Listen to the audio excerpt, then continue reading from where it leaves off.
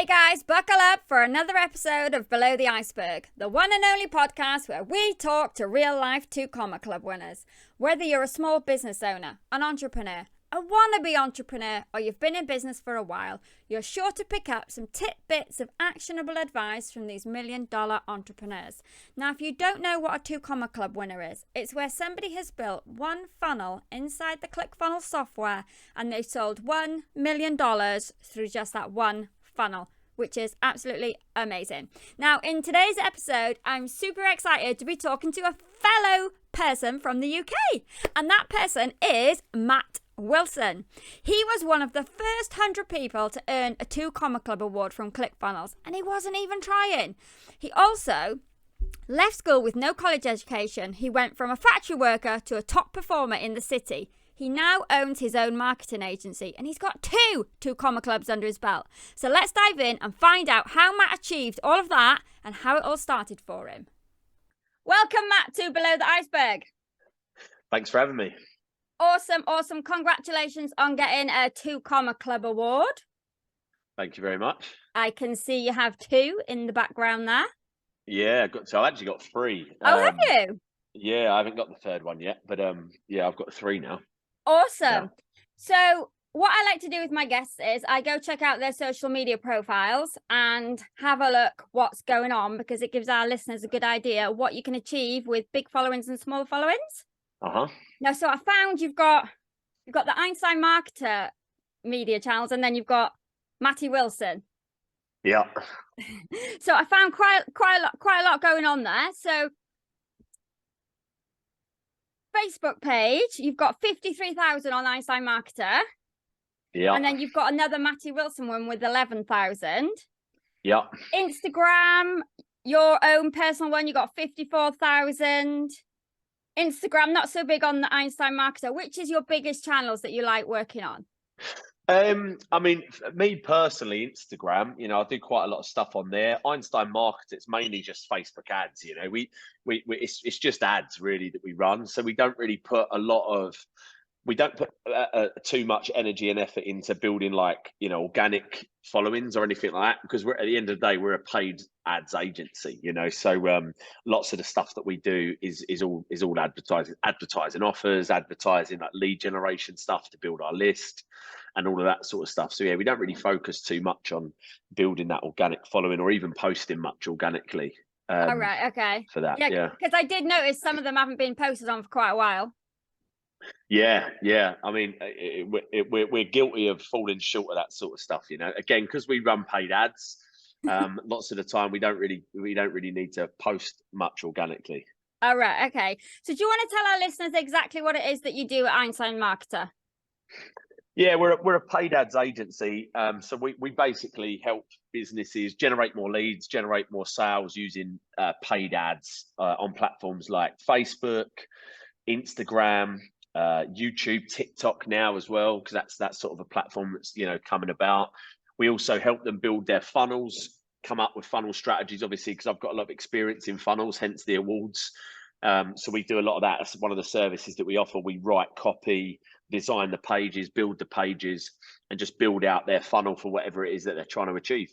All right, okay. And who is your ideal audience? Do you have a specific niche that you work with, or is it just business? Not really. I mean, mainly service providers, really. So like, for example, dentists, cosmetic companies, people like that, people that have got a service, that's accountants, people that have got a sort of high ticket service that they offer, whether that's just a one-off or a recurring fee. Agencies as well, a couple of agencies we've got in our books. We also deal with a lot of, I suppose, experts, you might call them, right? The sort of celebrity, especially over here in the UK, most of the big names that people would, I suppose, would say are experts or gurus, if you like. They're all of our clients in the UK. They all come to us to do funnels and run ads. All right, okay. So when did you get your first 2 Comma Club? When was that now? The first one was 2017, that one was. All right, okay. So that was quite early on then, wasn't it? Yeah. I think I was one of the first 100 people to get one. Oh, at the minute. right. Okay. So was it a goal to hit the 2 comma club, or did it just happen? It just happened actually, yeah. So it was for a funnel that I built, which was for a book launch. We did a book launch for Andy Harrington. I used to run Andy Harrington's company at the time. He did a book called Passion into Profit. Right. We actually got it to number 3 in the Sunday Times bestseller list, actually, that book. All right. Okay. And we built a funnel around it to launch the book. We built a funnel around it, which was like free plus shipping. And then they got another offer after that for an online training. And then after that, they got included in that, they got an invite to a live event. And then they come to a live event and signed up to his higher price stuff and all of that. All right. Okay. Yeah. So when you realized you hit the 2 comma club, were you watching the numbers, or did it pass you by and then you went, oh, we've actually hit 2 comma club? Yeah, what happened, I think, because we didn't, I don't think I was actually familiar with it at the time when we did it. It was one of those things they started, it was a thing that they then created, this 2 comma club award. And they said, oh, yeah, you know, this is how you qualify for it. If you've ever built a funnel that's done over 7 figures in revenue, you can apply here. And they go in and they check your funnel out, you know, and they check all of your numbers out and all that sort of stuff and send it out. So it was one of those things that sort of was like, oh, we've done that. So they just sort of sent us one. And then, you know, for So you didn't have to apply, they just sent it to you? No, we applied. We still had to apply, Right. but it was just one of those things, because we saw it, we were just like, oh, we've done that, let's apply, you know. So we applied for it, and then they sent it over. It was good, it was cool. It was a nice achievement, like a bit of actual visual recognition for something that we've done, you know. It's pretty cool. So did you celebrate then when you realized? Not really. No, not really. We weren't that bothered about it, to be honest. It was nice when it got there, obviously, and it's nice, looks nice on the wall and stuff. So what about the second one? When did you get the second one? So that was more recent. That was 2020, that one. Okay. Yeah. And what was that for? That was for a webinar funnel that we did, which is actually still running now, actually, but obviously it's been tweaked and sort of changed a lot, you know, since then. But you know, that one's done multiple 7 figures now in revenue. That second one that we got. Was it a live webinar? No. It was a automated webinar. And the funnel itself did really, really well on the front end, plus the sales that were generated on the webinar, you know, just smashed it. So. And were you sending people to a sales page then, or were you sending them to book a call? No, yeah, straight to a sales page. Straight to a sales page. It was in the funnel, yeah, straight to an order form. The one that we haven't got there just yet, but we will, because it's all done through ClickFunnels, like the site and the sales and all of that sort of stuff is for our event. All right. The event that you come to. Yeah. The EMC. So we're probably after the next one next year, we'll definitely qualify for that at that point. So did you go to Funnel Hacking Live to get any of those awards, or have you just had them in the post? Yeah, unfortunately, I've never made it. I've been to Funnel Hacking Live. I went to the very first one, which was great, but that was before I got that. So that was in 2000. That was in 2017. I went there, so I didn't actually get it on stage. I've never actually been up and sort of got my picture with Russ or anything like that. Yeah, I've just never sort of had the time to get over there, really. Are you going to plan on doing that next year?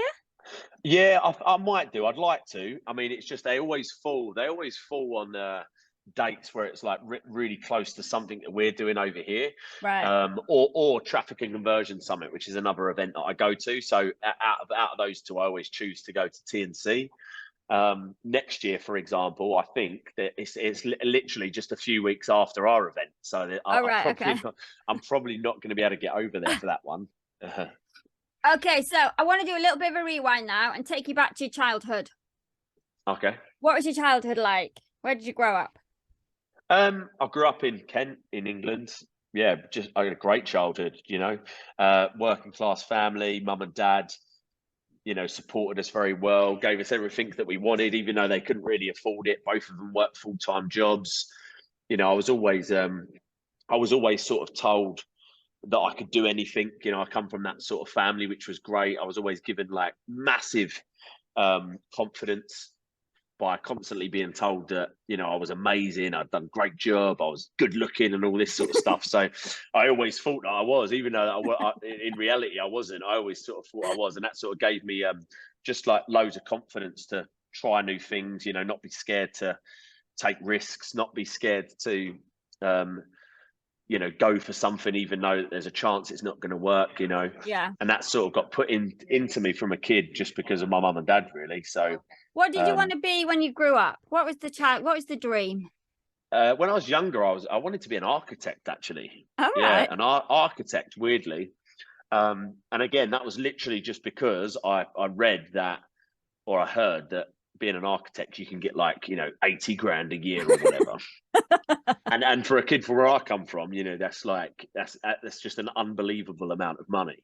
You know, most people are on sort of, you know, 25, 30, Yeah. 35 grand, that sort of thing. And, you know, those types of numbers are just crazy. And it was all about the money. It was like, oh, well, I'm definitely going to be an architect if I can make all that money. But then obviously I realized that to be an architect, you've got to be good in school, which I wasn't. You know, you've got to get loads of A's in all these types of stuff. I was like, I go to university for 8 years, I think it was. I was like, you know, that's definitely not going to happen. So that very, very quickly became a job that I weren't going to be able to do. So what did you do? Did you go to college or university then? No, I didn't. You know, I left school as soon as I could, basically. I just went to work straight away. Literally just all I wanted to do was earn money, you know, because I've never had any. So I just wanted to do something that just put some money in my pocket. So again, from where I'm from, the easiest thing to do is just get on the building site, you know, get on the building site, get some cash in your hand, you know, 50 quid a week, 80 quid a week or whatever it was at the time. Labouring. I was a roofer for a couple of years. That was pretty fun. Then I worked in a factory with my dad, started working in a factory with my dad. I had kids very young, see, so I had All right. I had Ben when I was 19. He's actually 16 next. God, no, he's 16 this week. Bloody hell, he's 16 on Sunday. All right. And so I had him very young. By the time I was 24, I had 3. Oh wow. You know, so that sort of like really drove me to just get a decent job at the time. Yeah. And I was working in a factory. I was making pretty good money, actually. You know, at the time, again, I was sort of like early 20s. I was doing, you know, 35, 40 grand a year, which again, from where I'm from, is like an amazing amount of money. No one I knew was earning that sort of money. What were you doing in the factory then?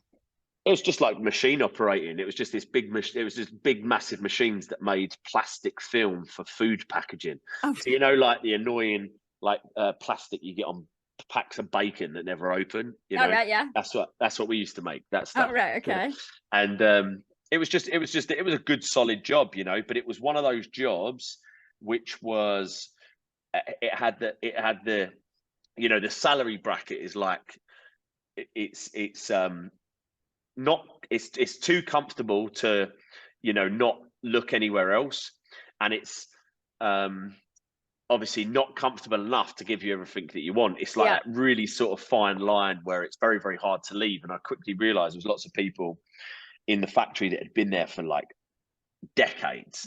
There was one guy, I remember, it's like a defining moment in my life, really. I was in the coffee booth and talking to a load of guys, and they're all like much older than me. I'm like young, like whippersnapper, you know, I'm 20 years old, and all this, and these guys are like in their 50s, 60s, and they're all moaning about the job, and they're moaning about the establishment itself, and they're just moaning like proper moaners. Yeah. And I remember asking this guy, his name was Dave, I remember just asking him out of nowhere, I just said, how long have you been here? And he said I've been here 30 years. And I can just remember me literally thinking to myself, oh my God, so I never ever want to end up like this, like stuck in a job that I had, because at the time I liked the job, like, you know, it was just like, it was one of those things, I was still enjoying it at the time, but it was like I never wanted to end up in a place where I go to work every day moaning about where I am, not changing it, and just doing the same thing even though I hate it. And I was like, I'm never going to do that. So I made a decision, like, if I ever get to a point where I don't enjoy it anymore, or I find myself moaning about it or whatever, I'm just going to leave. And I've pretty much done that with every job that I had, you know, in my early days. I'd enjoy it. I'd never moan about it. And then as soon as I felt like, I didn't like it anymore. Rather than just going to work and moaning about it, I just left and did something else until I finally found something that I really wanted to do. So how long did you stay at the factory for then? I was there for over 2 years, I think. I was at 3 years maybe, All right, okay. which was And then great. But what did you do next then? so from there, I mean, that place there, that's when I really started looking into like personal development and all that sort of stuff. I had a friend that was doing really well, and he'd started like investing in property and things like that. And he gave me a book. The first book that he gave me was Rich Dad Poor Dad, and I remember reading that and thinking, wow, this is great. And then it just sent me down this rabbit hole of personal development. I started reading books from Think and Grow Rich, the classic. Then I bought like a Tony Robbins, audio program, started listening to that at the factory, and just filling my brain with all of this amazing stuff, which again, I'd never ever heard about. I didn't understand all of this stuff because it's not where I'm from. You don't get access to that type of stuff. And I could just remember, just being massively motivated to change. And one thing that kept coming up, I consumed so much stuff at that factory because again, there's lots of downtime. So although you're running a machine, it's pretty much running itself. You just got to keep an eye on it. 12-hour shift, days and nights. So a night shift, 12 hours. Some nights you don't stop, but some nights you don't do anything. You've got like 8 hours where you just sitting there. You can either go in the coffee booth with the old gits and moan about life, or you can just read and listen. And I started just reading everything I could, listening to everything I could. And one thing that kept coming up in all of these books, Robbins was saying it, Richard Branson was saying it, all these guys in all of these books, one thing that kept coming up was like, yeah, if you want to be successful, if you want to, if you want to like have money, if you want to have a business, there's one skill that you've got to learn, which is how to sell. And it kept coming up. So I was like, okay, well, let's learn how to sell then. So I started then reading everything I could and listening to everything I could about how to sell. Brian Tracy to Tom Hopkins, all of these Zig Ziglar, all of these old school like sales gurus. I just read and listened to everything I could, and it got to a point where I was like, I think I'm ready to go and do this now. I think I'm sort of like educated enough on this stuff to actually go and do it. Most people that start sales, they do it because they can't get a job anywhere else, and they have no idea what they're doing. And they don't study it. And I've read and listened to so much stuff. I could probably, walk into a sales job and do really well now. And I got offered this job in the city as a broker, who was basically selling like investments on the phone. All right. So cold calling. And this job had a 12 grand basic. So the basic was 12 grand. And picture the scene. I've got 3 kids at this time. I'm on a job right now that pays me. Emily doesn't work. My wife doesn't work. I'm on a job that pays 35. Depending on how much overtime I do, 40 grand. But literally to earn that, I was working every bit of overtime under the sun, never seeing my family. It was the limit. I could literally only earn that much. I was limited by my time, how much time I put into it, not on how good I was, because I was better than everybody else, but I was being paid the same as them. It's a very frustrating thing. The thing that I loved about sales that attracted me to that is you're paid on performance. If you're the best salesperson, you make the most money, which I loved. I was like, that's great. It's down to you how much money you earn.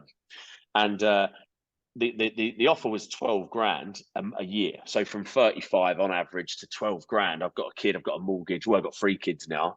And when I told my dad, who worked at the factory, he just freaked out. He was just like, mate, that's well risky. You can't be doing that. It's like, what if you don't earn any money? I was like, yeah, but what if I do?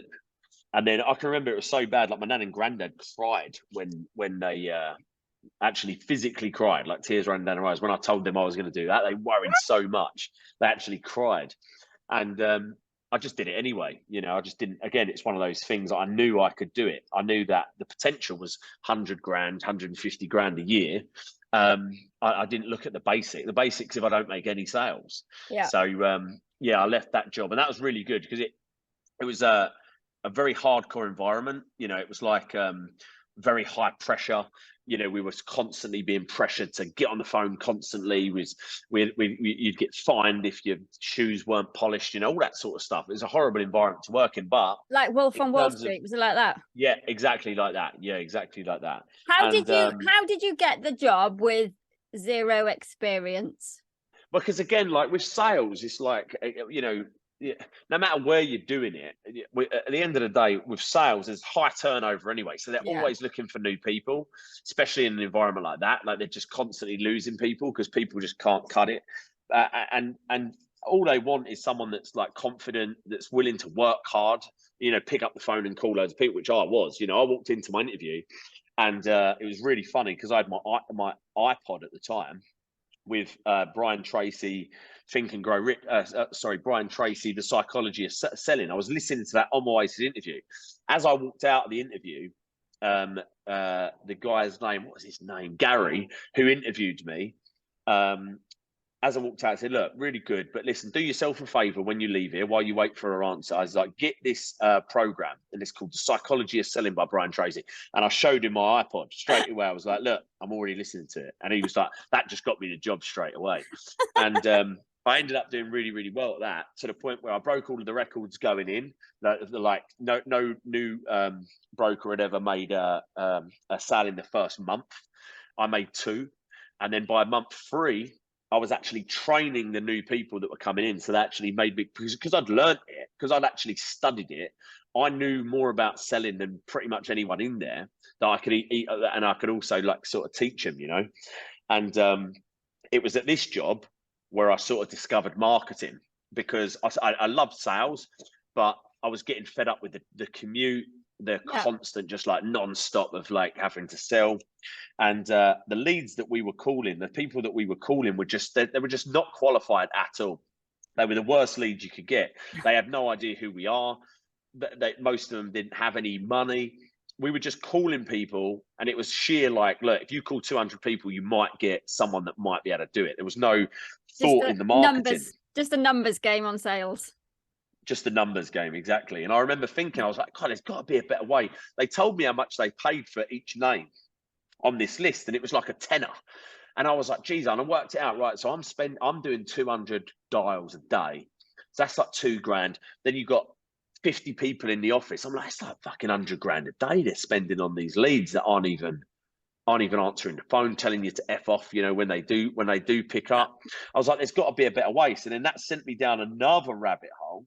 So the first rabbit hole was personal development. Then I went down a sales rabbit hole. Third one was marketing. I started learning about Google Ads, how to generate leads using online media like Google search, for example. And I went and approached the CEO at the time and said, look, I've been studying this Google thing, like, because they just buy their lists. They weren't actually generating themselves. And I said, look, I think I can get us some really good leads, potentially even cheaper. But even if they're not cheaper, they're going to be way better quality than the ones you're getting now. I was like, just give me £1,000, just give me £1,000, and I'll test out this strategy and see if we can, make it work. And that grand, I ended up getting, I think it was about 150 leads I got them for that grand, right, which weren't too bad. And they made, from that grand, they made nearly $100,000 in sales just from that grand that I spent. So obviously now I'm just like the superhero of the firm. They're like, oh my God, what did you do? How did you do it? Can you do this? So I then became the marketing director at this firm, and I was generating all of the leads. Oh, wow. And saving them a load of money, but also making them way more money than they were making before as well.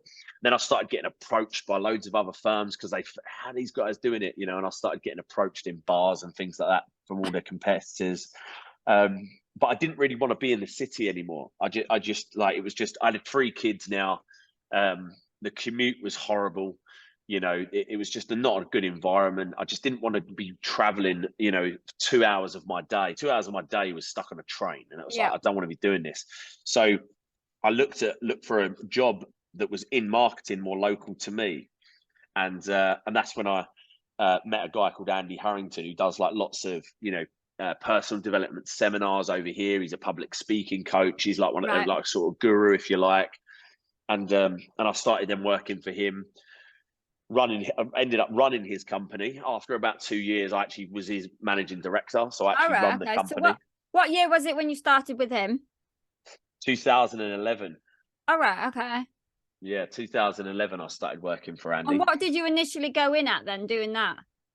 Marketing manager. So I was literally just a marketing manager, but there was actually only me and his PA there. He was actually in his spare room. He was doing multiple six figures at the time. Right. When I left, he was doing eight figures. Within the space of like 5 years, we took it from multiple six figures up to, eight figures. So over 10 million a year we were doing by the time I left. And it was at that point I wanted to start my own agency, and I was just like, look, I can help more people. I can have a much bigger impact, make a lot more money doing this myself than just working for him. So he's actually a client of ours and still one of my best friends to this day. And the rest, as I say, is history. So we've been running our marketing agency for 4 years now. Okay, so how did you discover ClickFunnels then? Well, ClickFunnels, it's really funny because I actually know Russell. So I actually met Russell Brunson on a thing called the Marketers Cruise, which is like it's basically like a networking event for entrepreneurs, but it's on a cruise ship. So you got on a cruise ship from where was it? Miami down the Caribbean, and then back up. And he was actually on the Marketers Cruise that I went on. So we got talking and we exchanged details. And then about 2 years later, I was in a mastermind with Russell. So I was in the War Room mastermind, which was run by like Ryan Dice and all those guys. Really high level mastermind. There was some crazy people in there. Neil Patel was in it, for example, when I was in there. How did you get into that? How did you get into the War Room? I just went to Traffic and Conversion Summit and signed up. Yeah, signed up. It was 25 grand for the year. So that was a very high ticket mastermind, but I knew I could get access to these people. One of the things that I'd learned would help transform the business. So the first meeting I went into on a round table, and I walked in and Russell and Todd, who I didn't know at the time, was sitting there, and I sat next to them. I was like, "You all right, guys, how you going?" We started getting talking. And I was like, what are you guys working on? And they was literally working on ClickFunnels. This is before ClickFunnels launched. All right. And they was working on ClickFunnels on their computer. And he was like, yeah, man, we've got this really cool thing. It's called ClickFunnels. You got to check it out. And I was like, oh, what's that? Like lead pages? Because that's what I was using at the time. He said, no, yeah, it's way better. And he was like, and then he asked me to beta test it. So I was actually one of the beta testers for ClickFunnels. All right. Before they first launched it, so I gave, and it was great because for us at the time, having an idea for a funnel, if you like, and then actually having it ready to go would take months. We would have to find a designer, then we'd have to find a programmer to build it, then it'd be clunky, and we'd have to sort of do all this sort of stuff, and then we'd need all of this sort of work was involved, plus the cost of getting it was like thousands to get this one thing ready from idea to actually going. Whereas ClickFunnels, we could have that done in a couple of days. And just I could do it because it was so easy. So we started knocking out funnels. Our productivity went through the roof. If we had an idea, we could take it to market like really quickly. And it was just a big game changer for us. That's awesome. So when you left Andy Harrington and you started off on your own, what did you first do? You're on your own. Did you start it while you were still working with Andy, or did you? Yeah. I started it under Andy's guidance, because there was other people. I was always getting, because we were doing really well for Andy, and I was always getting asked anyway to do stuff for other people. So I knew that if I did start this agency, I knew I could get clients straight away because people already knew me and they were already asking me to do it for them anyway. So I started working and doing it alongside my job running Andy's business, and then it got to a point where I was just like, I want to really focus on this 100% of the time now. So I just went to Andy and said, look, man, right now I'm working way too hard. I'm doing your stuff and this stuff on the side. I just want to completely do this. So, that's how that went down. Was he all right with that then? Oh yeah, he's fine. Yeah. Like I said, mate, because he's like one of my mentors. So he's massively supportive of it. I trained his son, so his son was like my apprentice, if you like. So I pretty much taught his son everything I know. His name's Josh. So he was ready to step up and sort of do that. What I was doing anyway, and it was just the right time and the right thing to do. Yeah. Okay, so how did you start building your team then? How big's your team now? It's 10 not including me, so we've got 10 guys here, and gals. Okay, and how did you build that? So the first the first person that I took on was someone to run the ads, because that was the thing that was taking up the most of my time, was actually running and managing the ads. So the first person I took on was to replace that, because just look at stuff that's where the bottlenecks are, and the bottleneck was, right, okay, if I want to take on another client right now, I can't, because all of my time right now is looking after all of these clients that we've got ads. So I need someone to come in and take care of that so that I can then get more clients on board. I can then start running their ads and so on and so on. So the first person was ads. Then next was an assistant, so a PA, so Helen, who I think you met at EMC, to help with just, the admin stuff that just gets me, again, just bogs me down, takes too much of my time up. Yeah. And then from there, just building out the marketing team from there, really, because again, we're an agency, so they're the ones that they're the members of staff that we need, are people to actually deliver the service that we sell. So what's your main funnel that you use in your agency? We've got a few, really. I mean, the main one at the moment is just classic lead magnet into book a call. So we have a we've got lots of different lead magnets that run at any one point. They all feed obviously our list, but then they're all put into a sequence straight away. As soon as they download it, they see a video from me where we offer them to book a call for a Facebook ad strategy call, or it might be like a funnel game plan call, depending on the lead magnet that they've come in from. And we're immediately trying to get people on a call, if we can, to talk to them so that we can have a look at their business, have a look at what they're doing, pick holes in it, and then position ourselves as a solution to fix those holes. So they're the main ones that we run at the moment. We've done straight to book a call. They work, we turn them on every now and then. More expensive, less efficient, because you might spend £150 to get a call. The way I always look at it is, okay, but that £150 could have got me 70 leads as well as a call. So I'd always rather go down the lead magnet route if I can. Right. Okay. And then they work really, really well as well. Yeah. What do you think's been the biggest hurdle you've had building your agency? The biggest hurdle,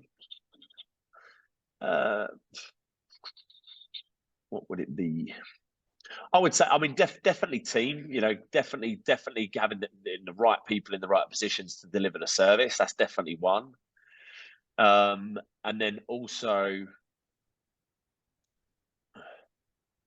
as well, I suppose marketing is one, definitely, as well. Actually, I think I've got to say marketing's definitely one. It took us a while to figure out what really works to get because it's not like we're selling a £47 or a $47 product or anything like that. Effectively, we're selling something that's multiple thousands every month.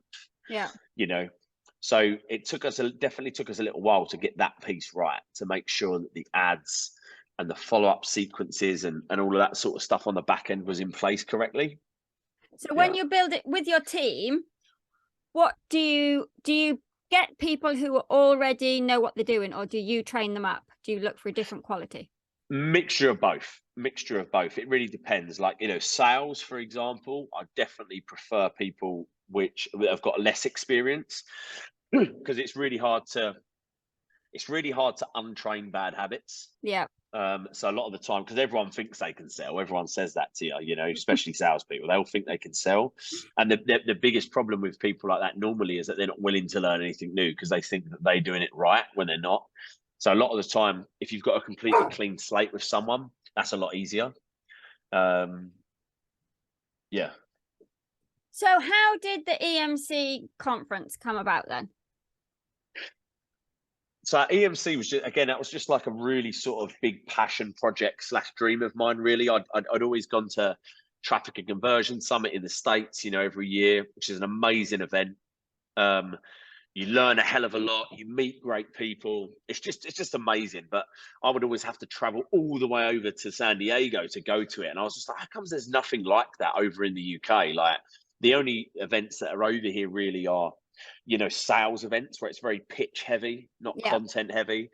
And I just saw a gap for it. And I just thought, I want to be the person that brings an event like that to the UK. So we've done it, we've done it free.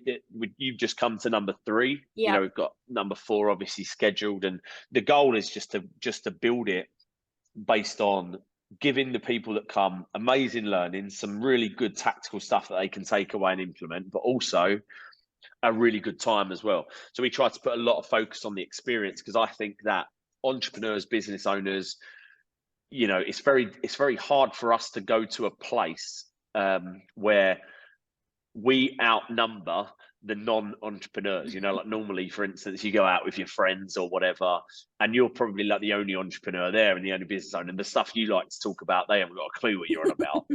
And I wanted to build a place where entrepreneurs in the UK could come for the sort of interaction and the connection as much as what they're going to learn. So that was a big play for us, is to really invest in the experience that people have when they're there. And how did you get Billy Jean to come? Because he's never been to the UK before. How did you wangle that one? He's never been to the UK before. No, I mean, again, I've known Billy because I've met him at TNC. I'm sure he was in Warren one year that I was in there as well. And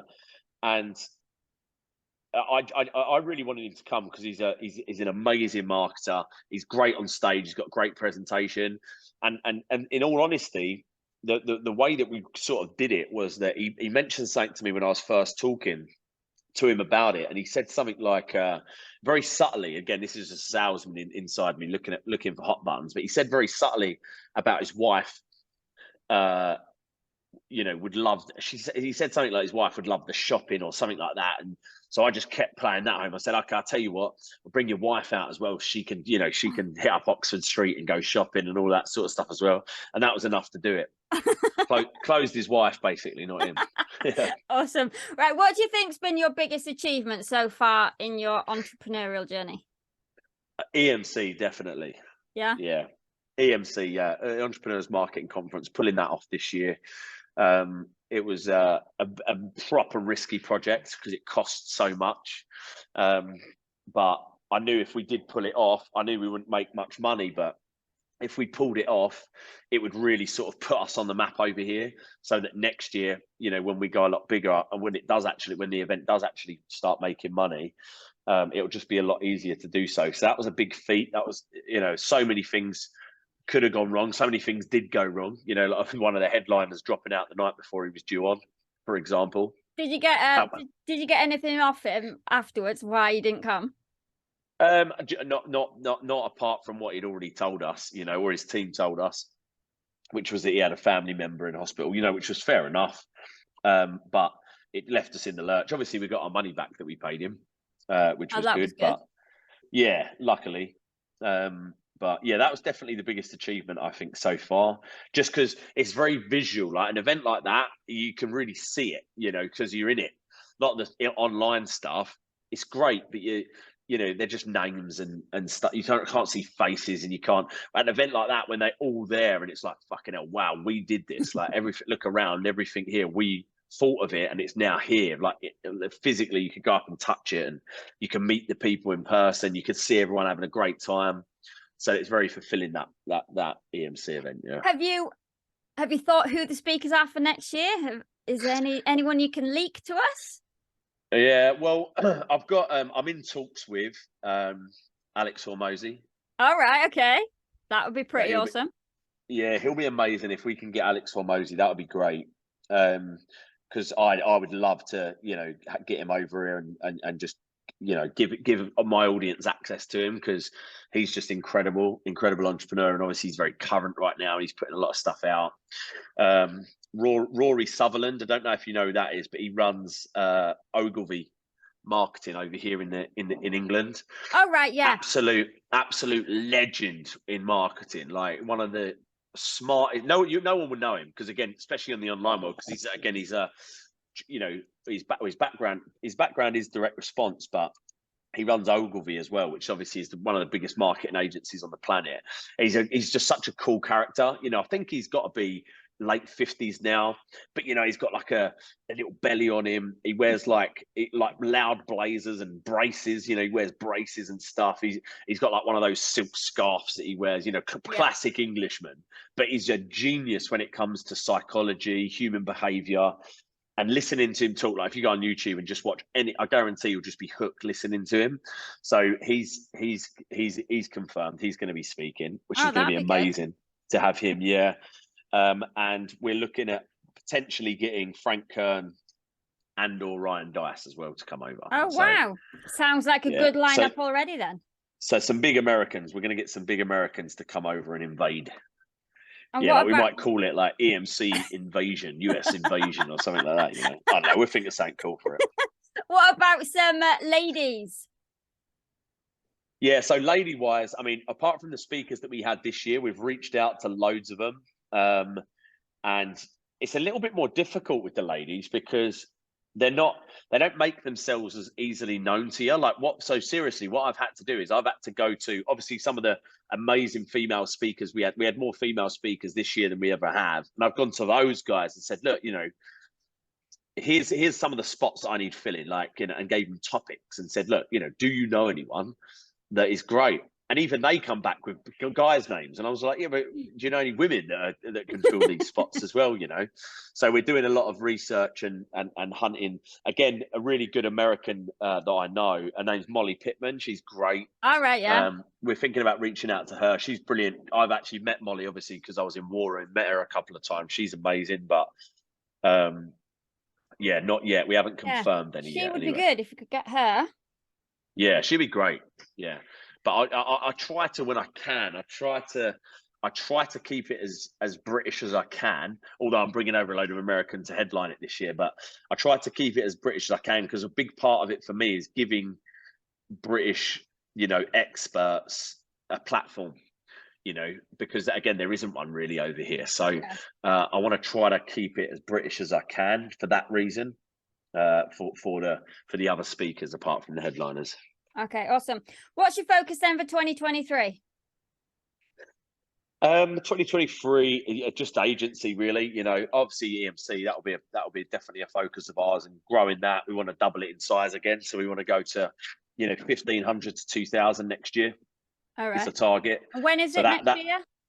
It's the 5th to the 7th of September. All right, okay. Yeah. But then, just growing the agency. We really want to grow the agency quite a bit next year as well. Grow the team, and just start helping more people through the agency. Awesome. Okay, I have one final question for you. If you're going to be an animal for 24 hours, what would you be and why? An animal? Yeah. Definitely an eagle. Okay. Because I just love to be able to fly. I'd love to be able to fly around, and an eagle, you ain't got to worry about getting eaten by other eagles. Yeah. Awesome. Right. If anybody wants to find out more about EMC or Einstein Marketer, where do they need to go? Yeah, just EMC Live, emclive.com. You can go to, that will just take you to the latest EMC that's running that year, whatever the one that is. It will just redirect you to the 2023 or 2024 whenever you're listening to it, and einsteinmarketer.com. Okay, awesome. Thank you so much for taking time out of your day today. No worries, Polly. Thanks for having me. Appreciate it. Thank you. Thank you for listening. I really hope you enjoyed today's episode. If you did, please take a moment to leave us a 5-star review and subscribe to the podcast on your podcast software. It really helps us rank the podcast and get more listeners. And if you're over on YouTube, please subscribe and hit the bell. Every Friday, 8 a.m. GMT, we release a brand new episode. And until then, have a good one.